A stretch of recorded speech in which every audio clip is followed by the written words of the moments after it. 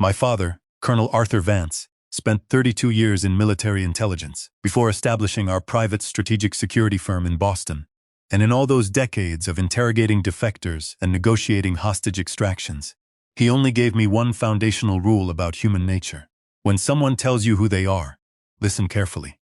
But when someone goes out of their way to hide where they came from, prepare your perimeter for a war. Nobody ever tells you that falling deeply, unquestionably in love with the right person can still turn out to be the most catastrophic error of your adult life. I didn't figure that out in one dramatic, explosive realization on a rainy afternoon. It came in microscopic fragments, in quiet, subtle anomalies that I kept finding elaborate justifications to ignore, because I was 36 years old, running a multi-million-dollar crisis management operation alongside my legendary father, and genuinely, embarrassingly happy for the very first time since leaving my tactical unit in the Army Rangers. Welcome to Revenge Dad Audio Fiction, the home of high-stakes family drama, hidden identities, and pro-level justice. Before we dive headfirst into this 30-minute psychological chessboard, make sure you hit that like button, subscribe to the channel, and drop a comment below, letting me know what city or country you are listening from right now. Trust me when I say this, you are going to want to stay until the very last drop of truth hits the dining room table. And remember, while this narrative is dramatic audio fiction, the real-world lessons about blood loyalty, working-class dignity, and the destructive arrogance of social climbers are as real as the pavement outside your window. Get comfortable, lock the doors, and let's begin. My name is Marcus Vance Mark to the handful of people who have earned the right to use my first name without a security clearance, and I am the co-founder and managing director of Vance Strategic Security and Crisis Management, headquartered in a high-security granite fortress overlooking Boston Common, where our clients are Fortune 500 corporations, defense contractors, and international logistics firms who need threats neutralized before they ever hit the morning news cycle. My family has done exceptionally well for itself over the last 3 generations, but in the Vance household, money was never considered a measure of a man's character. Family was the measure, always and unequivocally. We are New Englanders with deep, unshakable roots. My father commands immediate silence in military and corporate boardrooms from Washington to London. Yet despite the ribbons on his dress uniform and the 9-figure valuation of our firm, he still shines his own Oxford boots every Sunday morning and treats our building's overnight janitor with the exact same deferential respect he shows a visiting senator. My mother, Dr. Catherine Vance, spent 25 years as a trauma surgeon at Massachusetts General Hospital before retiring to run a free pediatric surgical clinic in South Boston, while my blunt, cigar-chewing Uncle Frank, a retired Navy deep-sea diver with absolutely zero social filter, lives 15 minutes away in Southie, and has never once in his 62 years waited for a formal invitation to walk through our front door. We are loud, we are fiercely loyal, we are relentlessly protective of our inner circle, and we do not do a single thing in this life halfway, which is precisely why bringing someone new into our clan requires absolute transparency and moral integrity. Right before I met Victoria Sterling at an exclusive charity art auction at the Museum of Fine Arts on a freezing November evening, where her tailored emerald green silk evening gown moved like liquid glass, and her razor-sharp wit effortlessly charmed my famously discerning mother, and won over Uncle Frank over champagne and naval history discussions.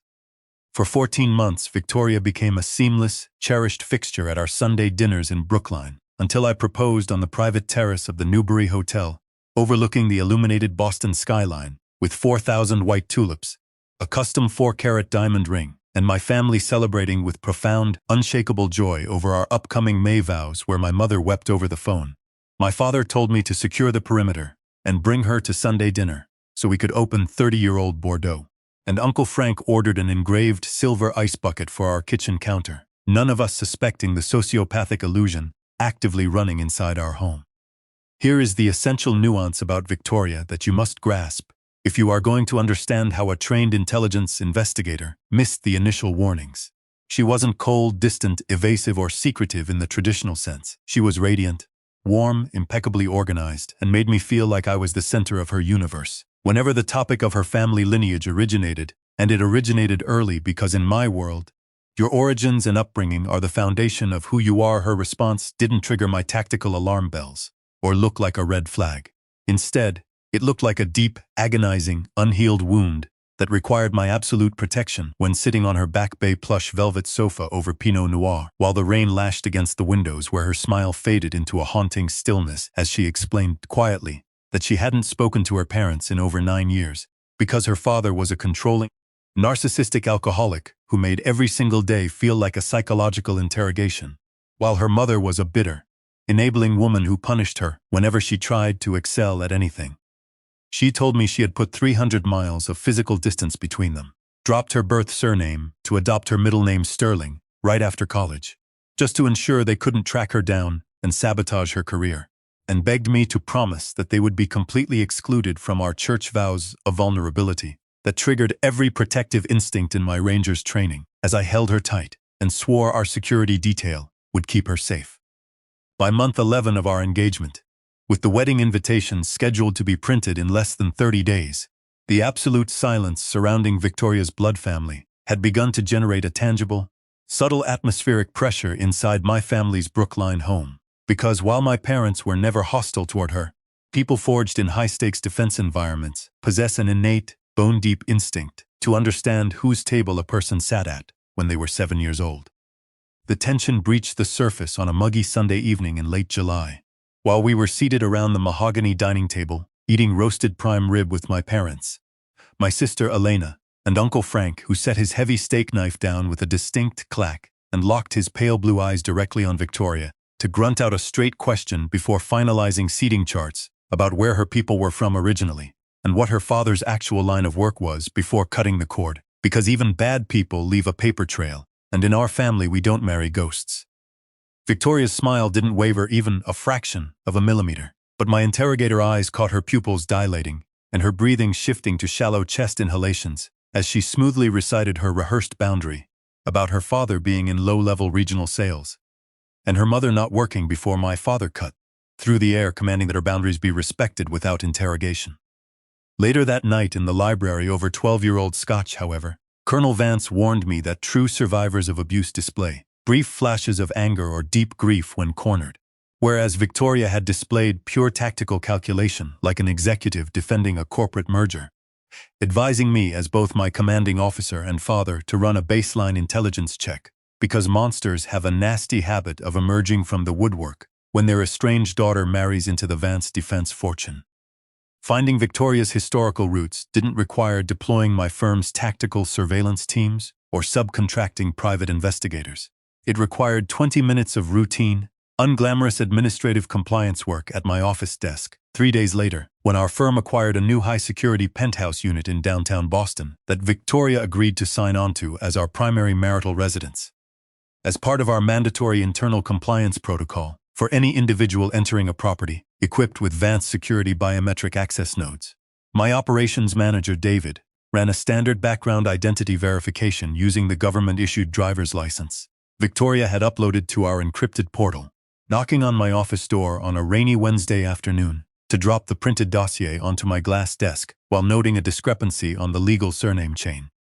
I picked up the document, adjusted my reading glasses, and stared directly at the Social Security Administration identity verification matrix, displaying her original legal birth registration. Victoria Melissa Miller, the birth surname she had legally altered via a civil court petition in Saguenay County 8 years ago, right after graduating from college. Out of pure analytical instinct, I opened our firm's proprietary skip tracing database on my encrypted terminal and keyed in Victoria Melissa Miller, birth year 1988, educational enrollment Columbia University, watching as our servers cross-referenced 22 public registries, historic municipal tax records, and dormant social media accounts in under 4 seconds to materialize a forgotten, unindexed university alumni profile, displaying a 22-year-old Victoria standing on the steps of Low Memorial Library beside a tall, broad-shouldered man in a simple gray suit and a petite woman with kind, crinkling eyes in a floral print dress, before scrolling down to the primary historical residential address,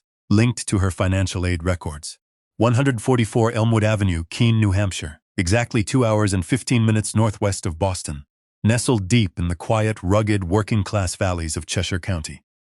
Looking at my watch ticking past 1:30 p.m., I picked up my cell phone and dialed Victoria's private office line at Vanguard Heritage Wealth and Auctions, keeping my vocal inflection perfectly flat and casual, when she answered, with the faint sound of classical cello playing in the background of her office to tell her I had an urgent physical security audit at a remote storage facility up in southern New Hampshire and wouldn't be back at the Back Bay apartment until 7 tonight, advising her to order dinner from Ostra on our black card while she purred over the line with affectionate condescension toward the countryside, telling me to stay safe on those dreadful back roads before Richard and Evelyn's small cocktail reception tomorrow evening.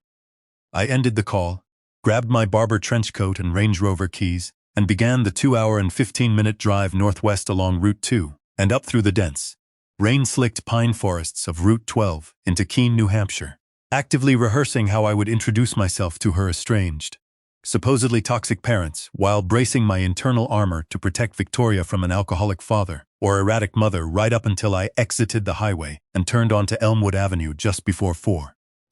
p.m. right as the rain tapered off into a light mountain mist.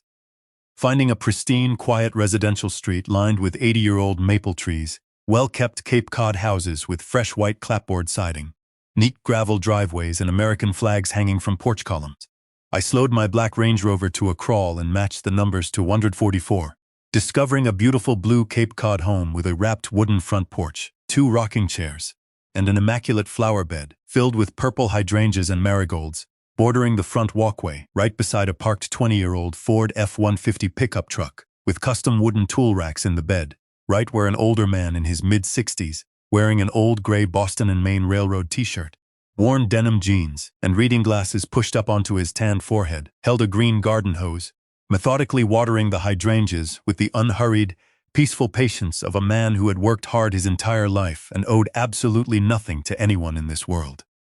The older man noticed my approach, right as I stopped 15 feet away, releasing the brass trigger on his hose and setting the nozzle down on the grass, before squinting through his reading glasses with that cautious, polite reserve typical of rural New England men when a stranger in a $4,000 tailored trench coat steps onto their property, asking if he could help me with his resonant voice, carrying the unmistakable, gravelly cadence of a lifetime spent around heavy machinery, as he wiped his wet hands on his denim jeans and straightened his 6'2" frame to confirm he was Mr. Daniel Miller. "Sir, you don't know me from Adam," I said clearly and gently. "My name is Marcus Vance. I am from Boston, and I am engaged to be married to your daughter, Victoria." Daniel Miller did not fumble the garden hose, stumble backwards, or utter a curse word. Instead, he froze completely still with every single muscle in his broad chest locking like cast iron, while the only sound on Elmwood Avenue for 5 agonizing seconds was the water dripping from the hydrangea leaves onto the bark mulch, right before his rugged face crumbled with the devastating, suffocating, crushing relief of a father who had been holding his breath underwater for 8 years and had finally been tossed a lifeline right, as his voice cracked right down the middle, turning toward the open screen door, calling out violently for his wife Martha to hurry outside right now. A moment later, a petite woman in her early 60s wearing silver spectacles stepped onto the porch, wiping her hands on a dish towel, right before Daniel grabbed my right hand, gripping my fingers with cast iron calluses, saying I was Marcus marrying their little girl, prompting Martha to let the towel drop onto the painted floorboards, take 2 stumbling steps down the stairs with buckling knees, and burst into uncontrollable, racking sobs right on the lawn, right, as every single brick of Victoria's 14-month narrative dissolved into dust, revealing she had slaughtered 2 innocent, loving parents in her own mind, simply because their working-class hands didn't fit into her high-society Boston illusion.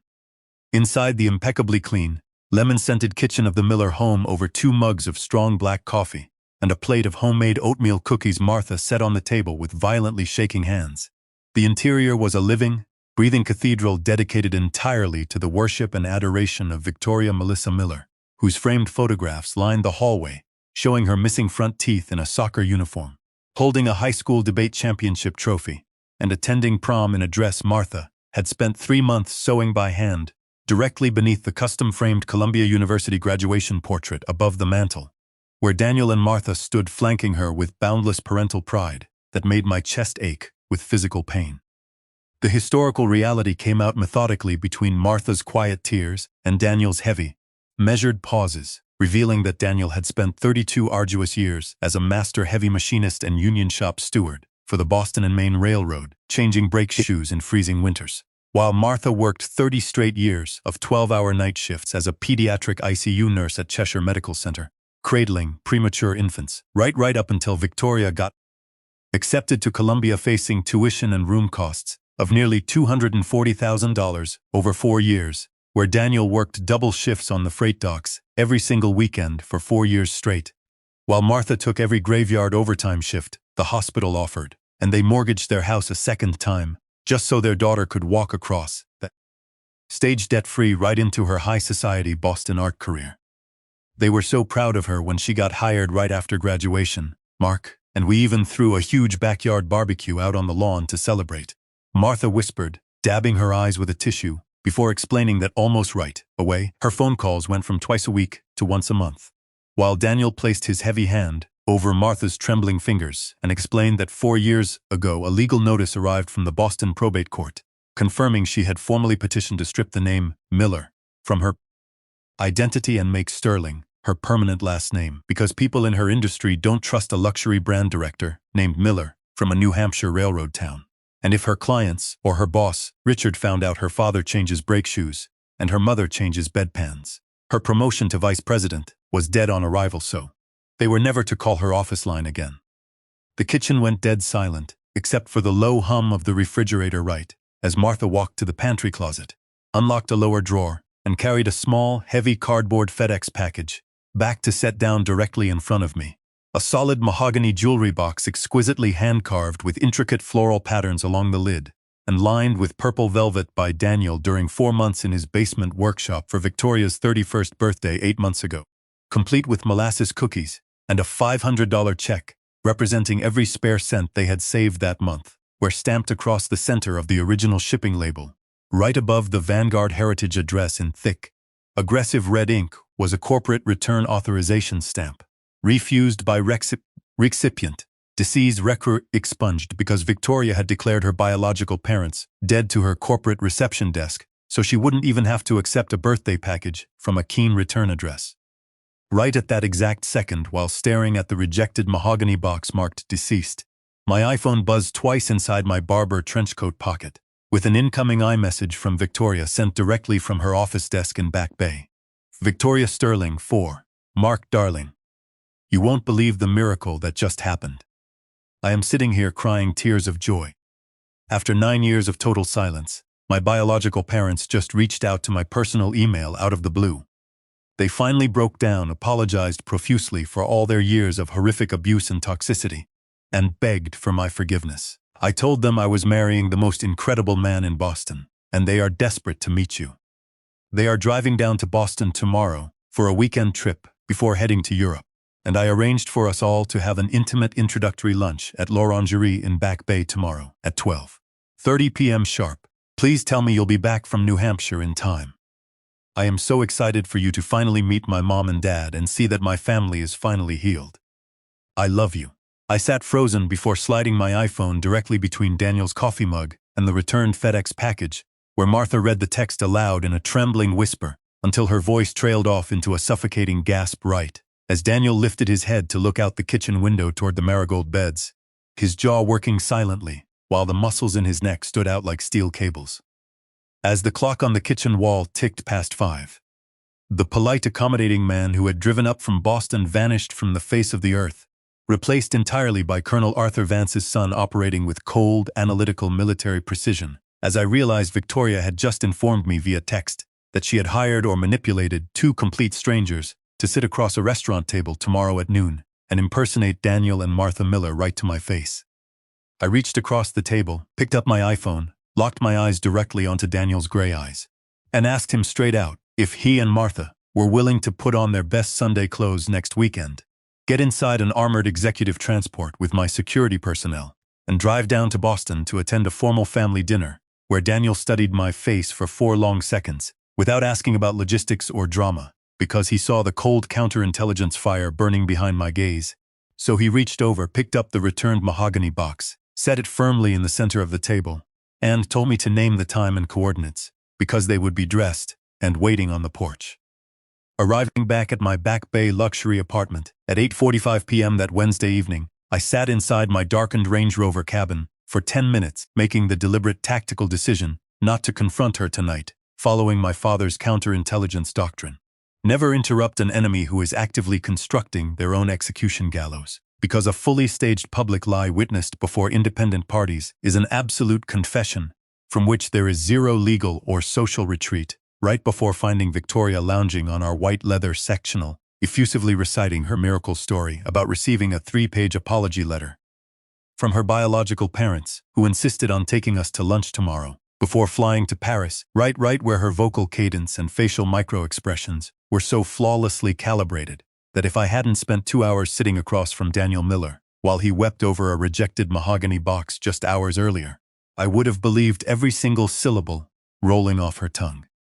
Lying awake at 3 a.m. while Victoria slept peacefully beside me, my analytical brain solved the final operational variable regarding who on earth she had recruited to impersonate her parents. She couldn't hire random actors off Craigslist who lacked high society Beacon Hill polish. So she had recruited her boss Richard Montgomery, age 61, chief executive officer of Vanguard Heritage, and his wife Evelyn Montgomery, age 58, a prominent Boston Brahmin philanthropist, whose family lineage traced directly back to the Mayflower, right where pulling up their corporate intelligence profiles on my encrypted terminal revealed Victoria had constructed a parallel, highly sophisticated deception specifically tailored to manipulate Richard and Evelyn by spinning an elaborate, heartbreaking masterpiece of aristocratic tragedy, perhaps claiming she was an orphan survivor or disowned heiress, and weaponizing Evelyn's maternal empathy and Richard's protective paternal instincts to beg her beloved corporate mentors for honorary surrogate parents, for one single introduction lunch, just to satisfy my traditional family's expectations. At exactly 7 a.m. on Thursday morning, I sat inside the armored rear cabin of my father's black Mercedes Maybach, outside his Brookline estate, handing him the printed digital dossier containing Daniel and Martha Miller's birth certificates, the returned FedEx label, the Columbia graduation photo, and the corporate profiles of Richard and Evelyn Montgomery, while the rain drummed against the reinforced glass, right before commanding my operational requirements. David would personally lead 2 Vance Security armored executive transports to Keene, New Hampshire next Saturday morning to pick up Daniel and Martha Miller, settle them into the presidential suite at the Fairmont Copley Plaza, and bring them directly to the Grand Ballroom at the Commonwealth Club on Beacon Hill at exactly 2100 hours.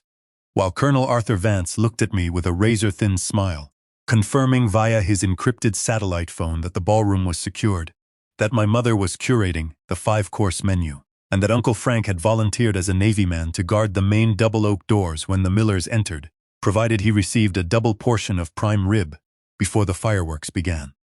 At exactly 12:25 p.m. on Thursday, I walked into the private glass-enclosed atrium of L'Orangerie on Boylston Street, dressed in my tailored navy Ford suit, right as Victoria stood up from the premier corner table overlooking the public gardens to introduce me with an Oscar-worthy performance of breathless emotional triumph to her father, Richard Montgomery, and her mother Evelyn Montgomery, where I flashed a warm, disarming smile, bowed my head respectfully while shaking their hands, and spent the next 60 minutes drinking sparkling water and eating pan-seared sea bass, while watching 3 people run one of the most astonishing, multi-layered psychological performances ever conducted over white linen, where Victoria conducted fabricated childhood memories, while Evelyn nodded with careful maternal poise and Richard pretended to evaluate commercial real estate valuations as my future father-in-law. When our espresso arrived, I set my silver spoon down on the saucer, leaned forward across the table with sincere emotional resonance, and explained that Colonel Vance and my mother would be deeply heartbroken if we allowed Victoria to walk to the cathedral altar without hosting a proper, grand family gathering at the Grand Ballroom of the Commonwealth Club next Saturday night at 700 hours, where our entire family, our senior corporate partners, and a formal toast from my father would formally welcome her parents into our clan. Right as I observed the rapid microsecond calculation registering in Richard Montgomery's eyes upon hearing the name of Boston's most exclusive private club where he sat as a voting board member, recognizing that walking into a public bistro as honorary surrogate parents was one thing, but standing before Colonel Arthur Vance and 50 Beacon Hill elites as Victoria's literal biological parents was an entirely different stratosphere of deception. Right before Victoria reached under the tablecloth to grip my knee while pleading with Evelyn, until Evelyn softened her posture and graciously accepted the invitation that locked the steel trap wide open waiting for the trigger. Saturday evening, September 14th, inside the Grand Ballroom at the Commonwealth Club on Beacon Hill, was alive with the low, sophisticated hum of Boston's inner circle beneath vaulted ceilings supported by Corinthian marble columns, massive crystal chandeliers, oil portraits of 19th-century Massachusetts governors, and 20 round tables covered in crisp white Irish linen, where 30 of Victoria's most influential high society colleagues sat nursing Dom Perignon right across from my regal sapphire-dressed mother, my medal-adorned father, and Uncle Frank standing like a silent stone sentinel right beside the main double oak doors when at exactly 7:00 p.m. Victoria Sterling walked into the ballroom, looking breathtakingly magnificent in a custom-tailored, floor-length ivory silk Givenchy gown, hugging her figure like liquid moonlight, as she glided through the hall with her arm looped possessively through Richard Montgomery's tuxedo arm, while Evelyn walked gracefully on her left-right, up to my side at the head table to whisper against my ear that this was the most perfect, triumphant night of her existence. For 80 minutes, the five-course dinner was a masterpiece of social harmony, as $90 Cabernet flowed right up until exactly 8:14 p.m. right between the clearing of the entree plates and the arrival of the dessert service, when my cell phone screen lit up with an encrypted ping from David stating package arrived, target secure, standing by at the perimeter prompting me to type the single letter G, slip the device into my tuxedo pocket, and tap my heavy silver dinner knife gently against the rim of my crystal water goblet 3 times until the clear crystalline chime settled 500 eyes across 30 tables into complete, absolute silence right before I stood up, slowly locking eyes first with my father, then my mother, then both Montgomerys, and finally directly down into Victoria's shining eyes, as my voice rang out declaring that family truth is our sacred covenant, and that because Victoria had introduced Richard and Evelyn's to us all, asking us to celebrate them as her biological parents who shaped her, I wanted to ensure we had the exact right people sitting at our table right, as I nodded across the room to Uncle Frank, who hauled the heavy double oak doors wide open right as Mr. Daniel Miller and Mrs. Martha Miller walked side by side out of the shadows and directly into the blinding golden chandelier light of the Commonwealth Club. Daniel wore his 30-year-old dark navy union Sunday suit with faded shoulders and out-of-style lapels, but he walked across that thick Persian carpet with his broad shoulders thrown back, his 6'2" frame erect, and his calloused hands resting at his sides, with the unshakable quiet dignity of a master railroad machinist beside Martha in her modest plum-colored church dress, clutching her small black leather handbag before her waist, while her silver spectacles caught the light right, as I watched every fraction of a millimeter of Victoria's psychological collapse, right when the blood violently evacuated her skin, leaving her cheeks and neck chalk white, while her right hand holding the crystal champagne flute, locked into severe muscular rigor, splashing $70 champagne across the tablecloth. Right before I caught the base of her flute, pried her frozen fingers off the crystal, and set the glass upright while cleanly declaring right across the dead-silent ballroom that I had driven up to Keene, because I verified her real name, Victoria Melissa Miller, staring at the returned 31st birthday mahogany jewelry box marked refused by recipient. Recipient disdesed. Victoria jumped to her feet, shrieking that her parents were stalker grifters trying to extort money from her career, prompting me to pull out my iPhone and hold the illuminated screen up high so the entire head table and both Montgomerys could read her exact 4:42 p.m. text message, where she lied about her parents reaching out and setting up the l'orangerie lunch right before turning directly toward Richard Montgomery, whose face had turned on Effels Montgomery, who was trembling violently as Evelyn slowly stood up from her chair, turning her striking, aristocratic face toward Victoria, with the chilling, absolute, glacial revulsion of a Boston Brahmin woman looking at a venomous snake crawling across her dining table. "You sociopathic, repulsive little fraud," Evelyn Montgomery said, in a quiet, icy voice that cut through the ballroom before dropping her silver napkin directly into Victoria's spilled champagne and commanding her husband to get his coat, right as Richard buttoned his tuxedo jacket, bowed his head respectfully, while offering his deepest apologies on behalf of his wife and corporation to Colonel Vance and Dr. Vance for bringing this poison to our table, and walked out down the center aisle, completely abandoning Victoria at the head table, while across the room 30 of her colleagues sat frozen, refusing to look her way because they realized being captured in the same photograph as the condemned was career suicide. Right,